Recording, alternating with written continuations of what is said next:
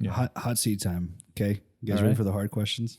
Okay. So I'm going to say the obvious is that, there's a lot of players in the space. There's the Aries, there's the PHC win as legacy players, a lot of new people coming into the space. There aren't as many, to my knowledge, that are actually combining the physics with the modeling.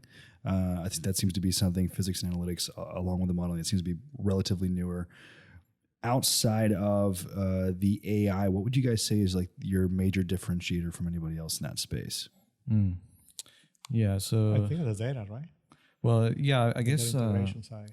Yeah, we've noticed several different things. It can be maybe easily generalized, but Yeah. what we notice is a lot of these tools they might be very focused on let's say just the reserves part, or just the data part, or just the economics. And when even though that that's very good, nice. I mean, you end up with a high quality product. And you may degrade in the sense of the integration. How do you get it from, let's say, your big data ingestion platform and then pass it to your reserves tool? Maybe some of those tools decide to be very proprietary and closed. So now you have to kind of transform the data and make it work somehow. And that adds additional steps. And then from there, you have to pass it to economics. So you put it on Excel spreadsheet and you have all these formulas and try to manipulate the data again. So the way we saw is how do we break it down to the most elemental, the core elements, which is integration of data, modeling, optimization, and the visualization part.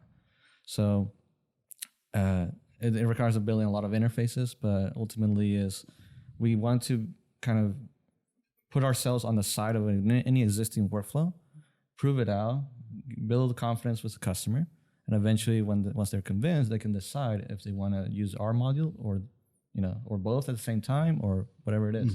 Yeah. So in the short term, it's not really replacing, but in the long term, it could happen. Yeah. So right now, is it fair to say that you guys are more focused on integrating and connecting all of these parts instead of displacing, current softwares, and then, maybe someday down the road, you guys get to that point, but right now you're more focused on connecting.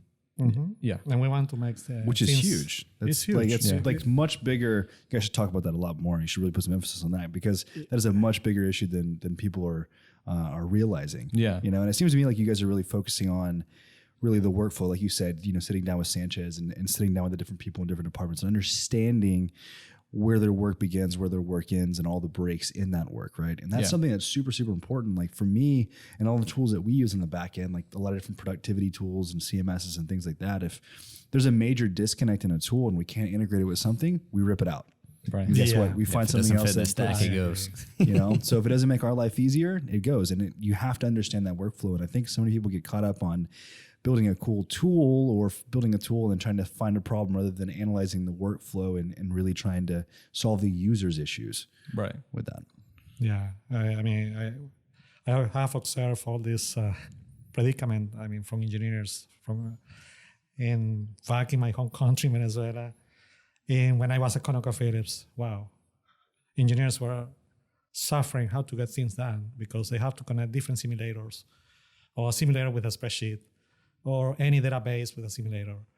And they spend a lot of time doing that and basically taking them away from the strategic decisions, or the strategic part of the engineering, in which they could feel more, they could contribute more. Yeah. So they were doing a lot of low-level work.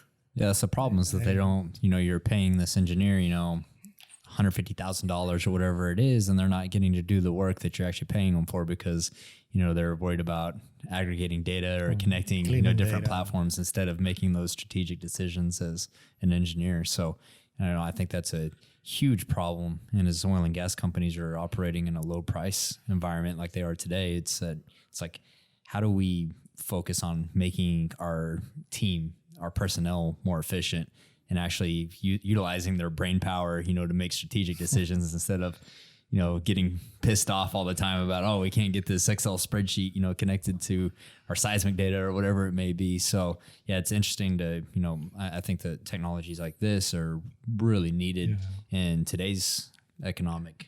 And I think it's needed, regardless how big is the company or small, because we can see the stream that, big companies have like a suite of different tools and simulators and so on, and still they struggle how to connect them together to make sense. And the other extreme is small companies that they don't have any tool or the spreadsheets, perhaps. That's the maximum thing they have to do calculations. And they require something that could do something better than just doing decline curve analysis, or they would like to get something more with more physical structure and attached to the data they see. So I think pretty much we're trying to cover that spectrum.